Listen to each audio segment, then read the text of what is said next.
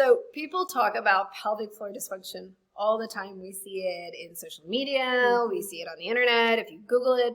So what does it actually mean? What does pelvic floor dysfunction feel like in our bodies? And that can be surprising for a lot of people.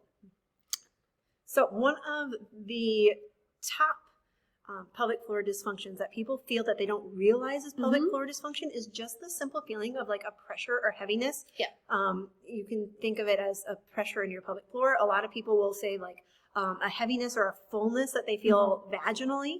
Or I've had some patients say that like when they go to use a tampon, it feels like their vagina feels shorter. That can all just be a symptom of some pelvic floor dysfunction. Yep. The other one that people often don't realize is urgency. So people will say, well, I'm not leaking urine. Yeah. No, I'm not leaking, so my pelvic floor is fine. Right. But I need to go to the bathroom every 15 minutes. No.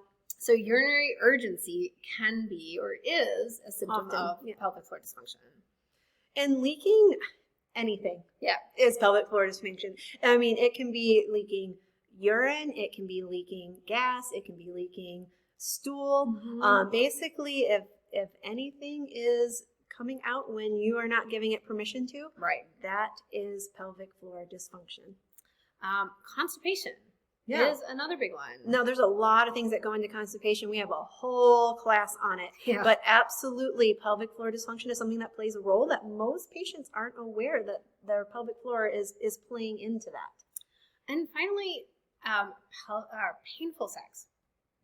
Not normal. Doesn't matter if you've had a baby, if anything. If you're postmenopausal, there's never just, and again, multifactorial. We have a whole class on painful sex, but pelvic floor dysfunction can be a contributor to this, and that's absolutely something that is addressable. Yes.